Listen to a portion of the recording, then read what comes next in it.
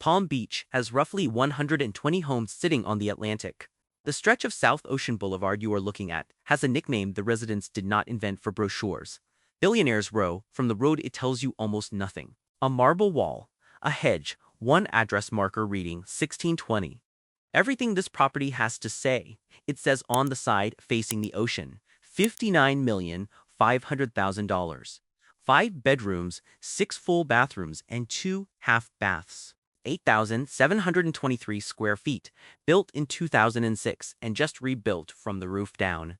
There is also a locked gate at the back of this property that opens onto a private stairway to the sand. That gate is not a beach path, it is a piece of the Atlantic attached to a house. If that is the caliber of property you want in your feed every week, hit subscribe. We go find these so you don't have to. Start with what this facade is made of, because it explains the price before anyone opens a door. Every window is wrapped in precast marble, not stucco shaped to look like stone, but real marble cast and set. The balcony railings are marble.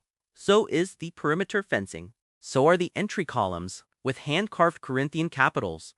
Most Mediterranean houses in Florida imitate this. This one commits to it. The front door is solid mahogany in a carved arched portal, and the depth of shadow in that molding separates a period-correct house from a subdivision copy. Beyond it, a brick motor court behind marble piers, a 3-car garage, and 29,000 square feet of land.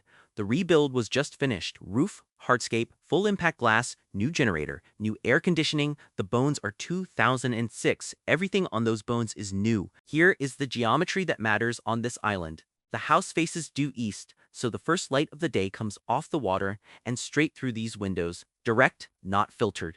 Picture a Wednesday morning 6:40. You have not spoken to anyone yet. The sun clears the horizon and the entire east face of this house fills with light at once. That is not a feature you install. It is a function of which way a house was pointed 19 years ago, and it cannot be added later at any price. Then the beach access. That locked gate and boardwalk mean the ocean is not a view from this house. It is a room. You walk down the steps and you are standing on sand. The public cannot reach from either direction. The first room does something very specific. You come through the front door and the house hands you the ocean, framed dead center through an arched opening at the far end of the gallery. The entire axis of the building was drawn to deliver that one sight line. Above you is a groin vault with the ribs picked out in gilt tracery, hand-applied plasterwork, gilded by hand on top, carried on solid marble columns. The staircase is what I would point at first. Limestone treads and a balustrade of hand-forged iron scrollwork in gold leaf, curling into a volute at the bottom step. Somebody bent it by hand. The floors are imported French wood inlay in some rooms, marble with onyx inlay in others, work that takes a mason weeks and that most buyers never notice.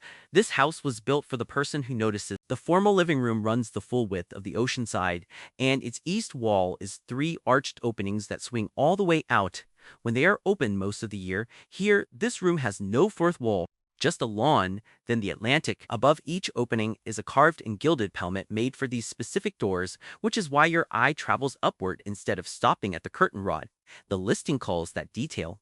In practice, it means a plasterer was on site for months. There are 4 fireplaces here, and the carved white marble one is the best of them. Then, the piano. That case is marquetry. Different woods cut and fitted into a pictorial design across the whole instrument, and it sits beside an open arched door with the ocean behind it. This corner was not designed to be photographed. It was designed for a Tuesday evening when nobody is coming over. This is the most theatrical room in the house, and it earns it. Those walls are hand-painted chinoiserie, birds, blossoming branches, silver detailing over a blue-green ground painted panel by panel on site, crystal and gilt bronze chandelier above, carved plaster frieze around the full perimeter, a table for 12. Most dining rooms this formal go unused. This one is 8 steps from a kitchen people actually cook in and 20 from a loggia where the same 12 guests move outside afterward. The room has somewhere to send you next. The ceiling is pecky cypress with the natural pitted voids left visible instead of filled. You cannot manufacture it because the pecking is the work of a fungus that took decades to move through the tree. 2 islands. The working island carries twin integrated ovens. The social island seats 10, and that is not a figure of speech. Count the stools. Then the range. A la Cornue, hand-built in France in pale blue enamel with solid brass banding and hardware, made to order over months. Behind it antique brick with a brass pot filler. Flanking it, a pair of Sicilian Testa di Moro, hand-painted ceramic heads you find in Palermo, not a catalog. Most kitchens at this price are a showroom. This one has equipment somebody chose because they cook. A butler's pantry runs off the back for service. This is where the house stops performing and starts living. The cypress ceiling carries through from the kitchen, so the two rooms read as one volume.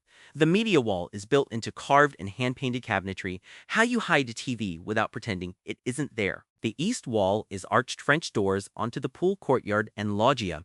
When they are open, the family room, the kitchen, the loggia, and the pool become one space.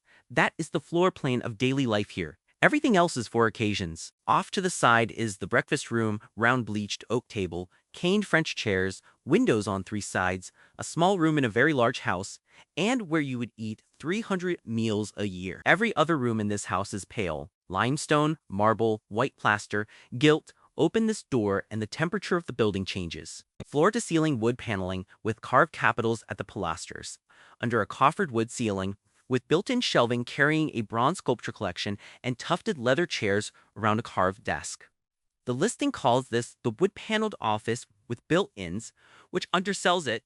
Paneling a room this completely is the most demanding joinery in the house. Every style, rail, and miter has to land, with nowhere to hide an error. The arched doors open onto the courtyard fountain, so you can work with them open and hear water. That is a very specific luxury, and it costs nothing to run. If you take one room away from this video, make it this one. Every surface in this loggia is finished.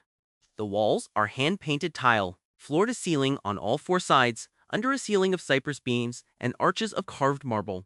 There is a carved marble mantel with oversized antique urns either side, and a table for 12. Outside, a two-tier fountain in a painted tile niche.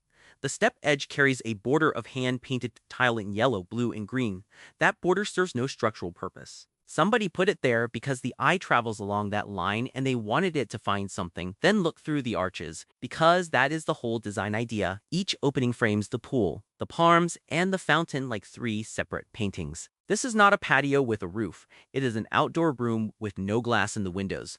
This house has a serious commitment to being outside. The pool and spa were newly built as part of the rebuild, and done properly. A long rectangle running the length of the courtyard. A real swimming pool, not a decorative one. The spa is raised at the far end, and spills back into it, clad in the same tile as the loggia. Bronze fire bowls line both edges. Mature date palms enclose the courtyard, and a tall hedge closes it completely. From inside here, you cannot see a neighbor, which in a town this dense is close to impossible. One frame explains the property better than any other. Pool, lawn, palms, and open Atlantic in one shot. A private courtyard on one side, the ocean on the other. Most oceanfront homes make you pick one. Picture a Tuesday in March, fire bowls lit, spa running, nobody checking a phone. The primary suite takes the oceanfront corner of the upper floor. It is not one room. It is a sequence. It starts in the bedroom, where the ceiling is deep coffered plaster worked into a repeating fleur-de-lis pattern, cast and finished by hand. The east doors open onto a balcony directly above the ocean. Through a columned opening is the sitting room, a full second living space inside the suite with its own doors to the water and a wet bar. Dual baths and dual closets, what most couples at this level want and few houses at this price provide. Marble underfoot, a hand-painted and gilded commode as the vanity. What makes it work is the door on the east side opening straight onto the terrace. That balcony is the piece I would come back for. It runs the full width of the house behind a colonnade of marble balusters with the beach directly below. This is not a Juliet balcony. It is an outdoor room on the second floor with the Atlantic as its only view. It does not need decorating. It needs a chair in the right hour. The guest rooms each have a different hand. One is papered in pale blue with a hand-drawn urn motif under an antique gilt chandelier. Another is the formal one in carved gilt wood and gold damask. A third has a caned French daybed and an antique brass chess set on its own table, with the ocean out the window behind it. Then the children's room, which is the moment this house relaxes. Safari wallpaper. Two built-in bunks with staircases rather than ladders. In a house this formal, somebody made sure the kids got a room with a sense of humor. The powder rooms deserve 30 seconds. One is tiled on every wall in hand-painted ceramic. The other has a gilded commode as its vanity with a gilded basin set into it. Nobody spends time in a powder room. That is precisely why the ones in this house tell you the most about it. Some context. Palm Beach is a barrier island roughly 16 miles long and in places only a few hundred yards wide. No more land is being made. On value, prime Palm Beach oceanfront currently trades between $6,000 and $9,000 per square foot of interior space, depending on frontage and condition. Guincel Piazza Verisi, Dorula at $6,821 per foot. This sits inside that band rather than above it, and that figure counts none of the land or the beach access, and you haven't stepped inside yet. Now the honest part. South Ocean Boulevard runs between this house and the sand. On the true oceanfront parcels further along the island, the lawn meets the dune with no road at all, and those trade at a real premium for exactly that reason. That road is the price of this address. In exchange, you get a wider lot than the tight parcels to the north, a fully enclosed courtyard no neighbor overlooks, and a private stairway that puts you on the sand in under a minute. Most buyers here take that trade, everything in one frame, 8,723 square feet. 5 bedrooms, 6 full bathrooms and 2 half baths, 4 fireplaces, an elevator, a card room, a 3-car garage, and 29,000 square feet of land on Billionaires Row. Marble precast around every window, hand-painted chinoiserie in the dining room, pecky cypress over a kitchen with a hand-built French range, a tiled loggia seating 12. A new pool and spa in a courtyard nobody can see into, an oceanfront primary suite with dual baths, dual closets, and a terrace running the width of the house, and a locked gate at the back that opens onto your own stretch of the Atlantic. $59,500,000. This house is more beautiful at 6 in the morning than at any other hour, and that is entirely deliberate. I want to hear from you on this one. Out of everything we went through, the tiled loggia, the pecky cypress kitchen with the blue Le Cornue, the wood-paneled office, that primary balcony above the beach, or the private gate onto the sand, which one space would decide it for you? Put it in the comments, I rate them. If this is your first time here and you want oceanfront estates like this every week, subscribe. There is another one coming, and it is a very different kind of house. See you next week.